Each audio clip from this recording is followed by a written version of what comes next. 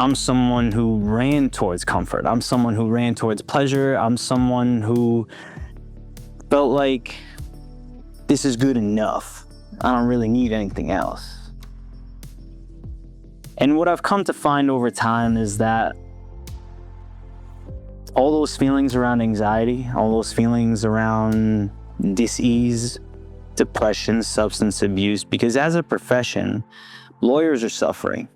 Lawyers are dealing with this frustration around this 24/7 desire from our employers, our colleagues, our clients to be available to deliver even when we're not in a zone to deliver. And the easiest way to make choices that we don't want to make, it honestly comes down to leaning into the discomfort.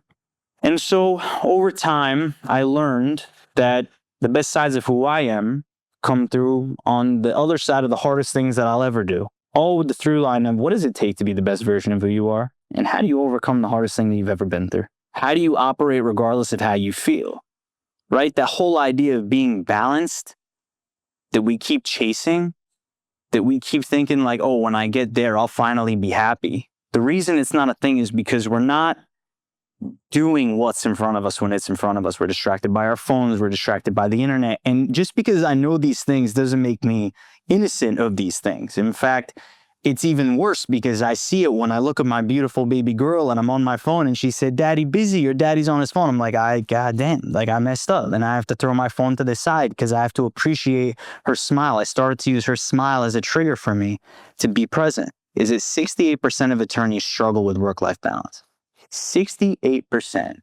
That is just a number that is staggering to me because you would think that people who are so well read, so well written, know how to articulate their thoughts, know how to think through a problem, how to add value to a conversation, wouldn't necessarily struggle with these things because there's an awareness around what's going on with them.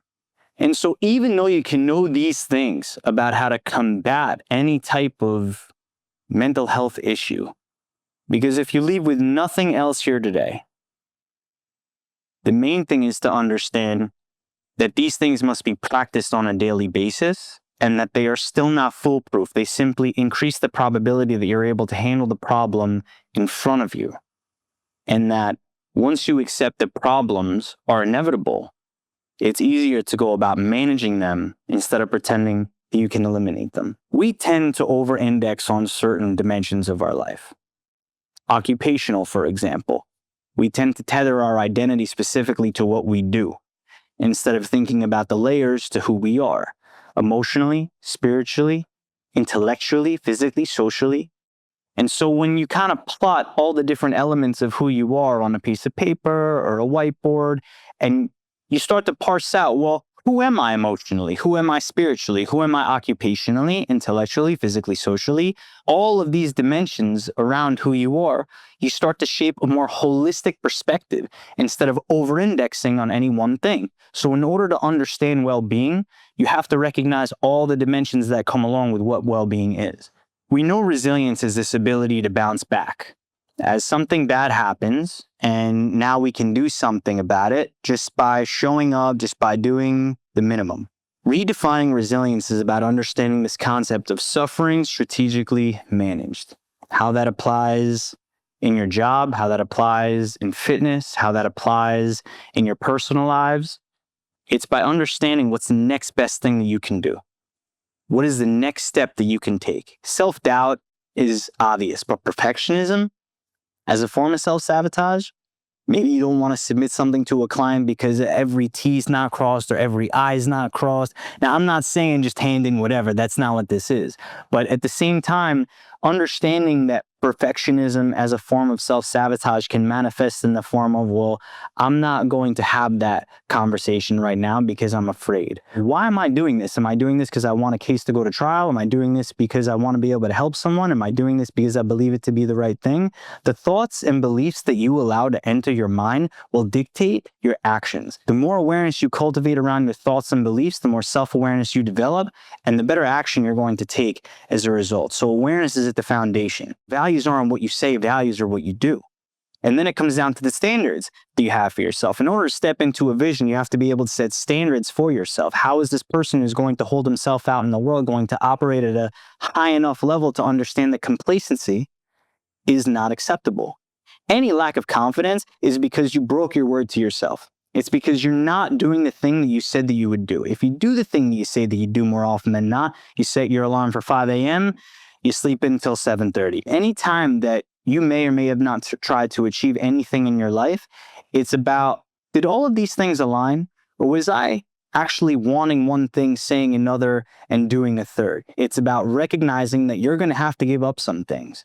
If I want to continue to do endurance events, then that means I'm going to give up time with my kids. That's not something I'm willing to do, so I'm no longer going to do endurance events. And when you understand these things, it helps you gain perspective on what truly matters to you. And so going into any challenge, going into any goal, going into anything that you want to do, when you know the thing that you want to give up in order to get the outcome that you're after, it's going to help you achieve the outcome, or it's going to help you reorient towards an outcome that you want to achieve. And the more that you implement those hard things into your life, I told you about some of the things that I've done and been through, it largely comes down to recognizing that none of those involved any medals, none of those involved any recognition. It came from a place of what's called intrinsic motivation. You do things for the sake of doing the thing. And the more you implement those ideas into your life, the easier it will be for you to lead a life of purpose, of fulfillment, where you won't burn out, where you won't feel complacent, where you're going to operate from meaning, where you're going to operate from drive, where the process makes sense, and where you're falling in love with your potential. And instead of feeling like you're entitled or ungrateful, it becomes about who you can become. And once you have that clarity, the easier it'll be for you to step into that vision. Thank you so much.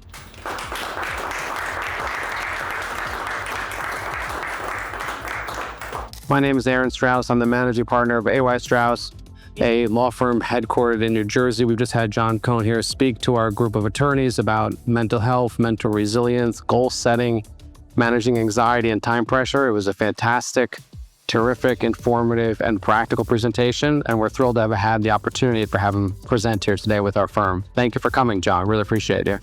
Hi, this is Ross Fox, attorney at AY Strauss. We just participated in the CLE presentation by Jonathan Cohen and Inside the Inspired, and I just want to say how amazing the presentation was. There were some incredible takeaways, some insights and eye-opening experiences, both from Jonathan and just kind of the reflection that it brought out during the presentation. And I'd highly recommend it to anybody in the profession, or really anyone who's looking to better themselves, both personally and professionally.